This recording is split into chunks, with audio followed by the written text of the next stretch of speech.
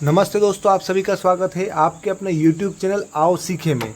दोस्तों आज हम आपके लिए संविधान के 30 महत्वपूर्ण प्रश्न लेकर आए हैं। दोस्तों यह प्रश्न परीक्षा में बार बार पूछे जाते हैं, आप इन्हें अच्छे से तैयार करें।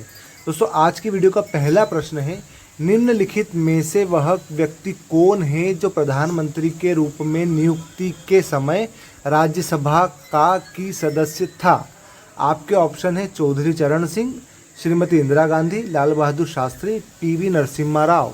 दोस्तों इसका सही आंसर है श्रीमती इंदिरा गांधी। दोस्तों अगला प्रश्न है, जब राष्ट्रपति को संवैधानिक संशोधन बिल भेजा जाता है तब वे, आपके ऑप्शन है अपनी सहमति को रोक के रख सकते हैं, पुनर्विचार के लिए उसे संसद को लौटा सकते हैं, उसे कुछ समय के लिए जो 6 माह से अधिक नहीं हो सकता विलंब कर सकते हैं, अपनी सहमति देने के लिए बाध्य हैं।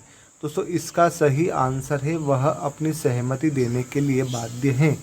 अगला प्रश्न है दोस्तों, भारत का राष्ट्रपति है राज्य का अध्यक्ष, सरकार का अध्यक्ष, राज्य और सरकार दोनों का अध्यक्ष, उपयुक्त में से कोई नहीं। दोस्तों इसका सही आंसर है राज्य का अध्यक्ष। दोस्तों यहाँ पर राज्य से तात्पर्य देश है। अगला प्रश्न है, भारत में कितने प्रकार के आपातकाल की घोषणा की जा सकती है। आपके ऑप्शन है 5, 6, 2 और या फिर 3। इसका सही आंसर है दोस्तों 3। अगला प्रश्न है, निम्नलिखित में से वे उपराष्ट्रपति कौन हैं जिन्होंने राष्ट्रपति का चुनाव लड़ने के लिए अपने पद से त्यागपत्र दिया था। आपके ऑप्शन है डॉक्टर नीलम संजीव रेड्डी, वीवी गिरी, आर वेंकटरमन, डॉक्टर शंकर दयाल शर्मा। दोस्तों इसका सही आंसर है वीवी गिरी। अगला प्रश्न है, भारत के महान्यायवादी की नियुक्ति कौन करता है। आपके ऑप्शन है उच्चतम न्यायालय का मुख्य न्यायाधीश, संसद, विधि मंत्री या फिर राष्ट्रपति। दोस्तों इसका सही आंसर है राष्ट्रपति। अगला प्रश्न है, भारत के प्रधानमंत्री को निम्नलिखित में से कौन नियुक्त करता है। आपके ऑप्शन है भारत के राष्ट्रपति, भारत के मुख्य न्यायाधीश, भारत के महान्यायवादी, भारत के या फिर राज्यपाल। दोस्तों इसका सही आंसर है भारत के राष्ट्रपति। अगला प्रश्न है, निम्नलिखित में से कौन अनुसूचित क्षेत्रों में परिवर्तन करने के लिए संवैधानिक तौर पर सशक्त है। आपके ऑप्शन है उच्चतम न्यायालय, उच्च न्यायालय, भारत के प्रधानमंत्री या फिर भारत के राष्ट्रपति। दोस्तों इसका सही आंसर है भारत के राष्ट्रपति। अगला प्रश्न है, भारत के राष्ट्रपति पद के लिए निर्धारित अधिकतम आयु सीमा क्या है। आपके ऑप्शन है दोस्तों 58 वर्ष, 60 वर्ष, 62 वर्ष या फिर कोई अधिकतम आयु सीमा नहीं है। दोस्तों इसका सही आंसर है कोई अधिकतम आयु सीमा नहीं है। अगला प्रश्न है, भारत के निम्नलिखित पदासीन उपराष्ट्रपतियों में से किसने राष्ट्रपति के पद के लिए चुनाव लड़ा और हार गए। आपके ऑप्शन है डॉक्टर एस राधाकृष्णन, वीवी गिरी, भैरों सिंह शेखावत या फिर ऑप्शन डी, बी और सी दोनों। दोस्तों इसका सही आंसर है भैरों सिंह शेखावत। अगला प्रश्न है दोस्तों, भारत के राष्ट्रपति केवल किसकी लिखित सिफारिश पर राष्ट्रपति आपात स्थिति की उद्घोषणा जारी कर सकते हैं। आपके ऑप्शन है प्रधानमंत्री, ऐसा मंत्रिमंडल जिसमें केवल संघ के मंत्रिमंडल के सदस्य हों, संघ का मंत्रिपरिषद या फिर संसद। दोनों इसका सही आंसर है ऐसा मंत्रिमंडल जिसमें केवल संघ के मंत्रिमंडल के सदस्य हों। आपके ऑप्शन है भारत में पनडुब्बी में जल यात्रा करने वाले पहले राष्ट्रपति थे। KR Narayan, doctor APJ Abdul Kalam, VV Giri या फिर एन संजीव रेड्डी। दोस्तों इसका सही आंसर है डॉक्टर APJ अब्दुल कलाम। अगला प्रश्न है, कौन सा राष्ट्रपति पहले आया और कौन सा बाद में आया, इस कालानुक्रम के अनुसार निम्नलिखित राष्ट्रपतियों के नाम कालानुक्रम में लिखिए। आपके ऑप्शन है फ़खरुद्दीन अली अहमद, जाकिर हुसैन, जस्टिस हिदायतुल्लाह, APJ अब्दुल कलाम। दोस्तों इसके ऑप्शन है CBAD, DCAD, DACD, BCDA। दोस्तों इसका सही आंसर है ऑप्शन बी, मतलब पहले आए जाकिर हुसैन, फिर आए जस्टिस हिदायतुल्लाह, फिर आए फ़खरुद्दीन अली अहमद, फिर आए APJ अब्दुल कलाम। दोस्तों आपको सभी राष्ट्रपतियों का क्रम भी याद होना चाहिए, बहुत सी बार परीक्षाओं में पूछ लिया जाता है।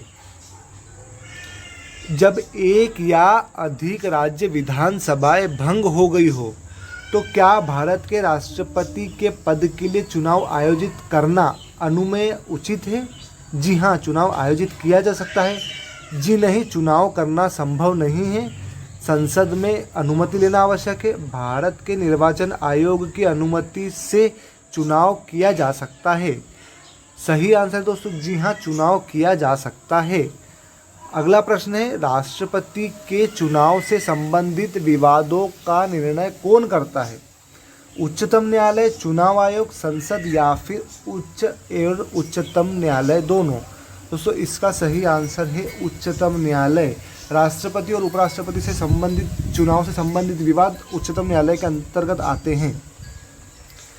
अगला प्रश्न है, भारत के राष्ट्रपति द्वारा प्रख्यापित अध्यादेश को पारित करने के लिए संसद को क्या समय सीमा दी गई है? आपके ऑप्शन 6 दिन, 6 सप्ताह, 6 महीने, 6 दिन और 6 सप्ताह। दोस्तों इसका सही आंसर है 6 सप्ताह।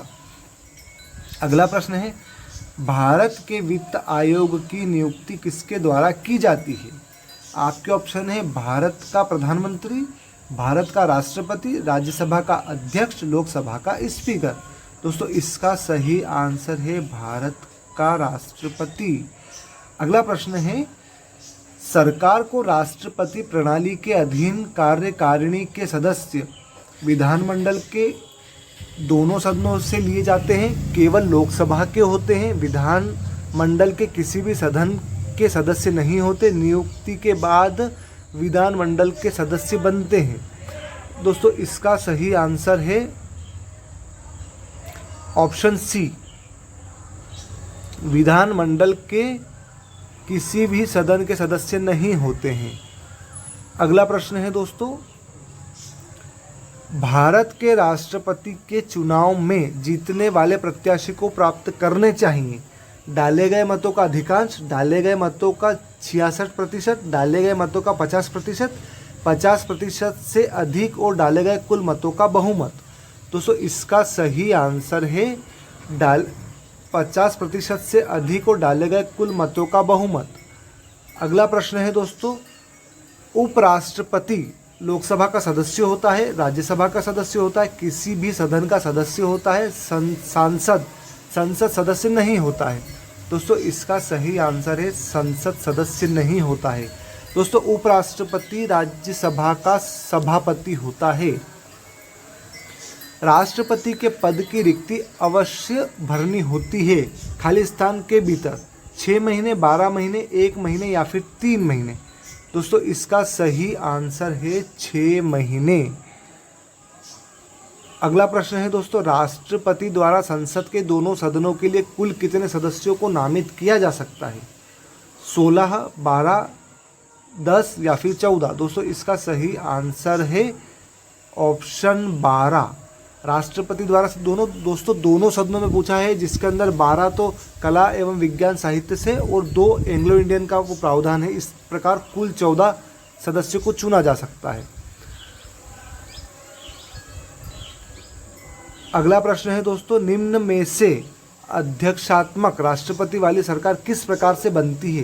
कार्यकाल की निश्चित अवधि, कार्यपालिका का विधानमंडल के सदस्यों के बीच कोई दोहराव नहीं, राष्ट्रपति का लोकमत द्वारा चुनाव, उपयुक्त सभी? दोस्तों इसका सही आंसर है उपयुक्त सभी। अगला प्रश्न है, भारत के नियंत्रक तथा महालेखा परीक्षक की नियुक्ति कौन करता है? प्रधानमंत्री, राष्ट्रपति, वित्त मंत्री या फिर लोकसभा? दोस्तों इसका सही आंसर है राष्ट्रपति। अगला प्रश्न है दोस्तों, भारत के राष्ट्रपति को किस प्रकार चुना जाता है? जनता के द्वारा, एकल हस्तांतरित वोट द्वारा, द्वितीय निर्वाचन प्रणाली द्वारा? सभी विकल्प सही हैं। दोस्तों इसका सही आंसर है एकल हस्तांतरणीय वोट पद्धति द्वारा। जब उपराष्ट्रपति कार्यवाहक राष्ट्रपति हो तो उसे, ऑप्शन है राष्ट्रपति और उपराष्ट्रपति दोनों की सभी शक्तियां और प्रकार प्राप्त होंगे, राष्ट्रपति के सभी भत्ते और विशेषाधिकार प्राप्त होंगे, राज्यसभा के सभापति के रूप में कार्य करना जारी होगा, दोस्तों आपके ऑप्शन है 1 2 3, 1 या 2, 1 या 3 या फिर ऑप्शन केवल 2। दोस्तों इसका सही आंसर है केवल ऑप्शन 2। भारत के राष्ट्रपति के सभी भत्ते और विशेषाधिकार प्राप्त होंगे। अगला प्रश्न है, भारत के राष्ट्रपति को स्वेच्छा निर्णय अधिकार विवेकाधिकार के अंतर्गत क्या प्राप्त है? दोस्तों इसके ऑप्शन है किसी राज्य में राष्ट्रपति द्वारा शासन लागू करना, प्रधानमंत्री की नियुक्ति, चुनाव आयोग की नियुक्ति या फिर वित्तीय आपातकाल घोषित करना। दोस्तों इसका सही आंसर है ऑप्शन बी, प्रधानमंत्री की नियुक्ति करना। अगला प्रश्न है दोस्तों, एक धन विधेयक कहाँ प्रस्तुत किया जा सकता है? संसद के दोनों सदनों में से किसी एक में भी, केवल राज्य परिषद राज्यसभा में, केवल लोकसभा में, उपयुक्त में से किसी में भी नहीं। दोस्तों इसका सही आंसर है केवल लोकसभा में। अगला प्रश्न है, अध्यक्षीय सरकार में राष्ट्रपति, आपके ऑप्शन है विधानमंडल पर आश्रित नहीं होता है, विधानमंडल पर आश्रित होता है, न्यायपालिका पर आश्रित होता है, मंत्रिपरिषद के परामर्श से बंधा होता है। दोस्तों इसका सही आंसर है विधानमंडल पर आश्रित नहीं होता है। दोस्तों इस वीडियो का अंतिम प्रश्न है, राज्यसभा का उप अध्यक्ष कौन है? पीजे कुरियन, हामिद अंसारी, KR रहमान या फिर करिया मुंडा। दोस्तों इसका सही आंसर है पीजे कुरियन। दोस्तों आपको हमारा वीडियो कैसा लगा आप हमें कमेंट करके ज़रूर बताएं। आप हमारी वीडियो को लाइक करें, हमारे वीडियो को सबके साथ शेयर करें और हमारे चैनल को सब्सक्राइब करें। दोस्तों तैयारी करने वाले अन्य छात्रों तक पहुंचाने में मदद करें ताकि हम इसी प्रकार की वीडियो बनाने के लिए प्रेरित हो सके। धन्यवाद दोस्तों।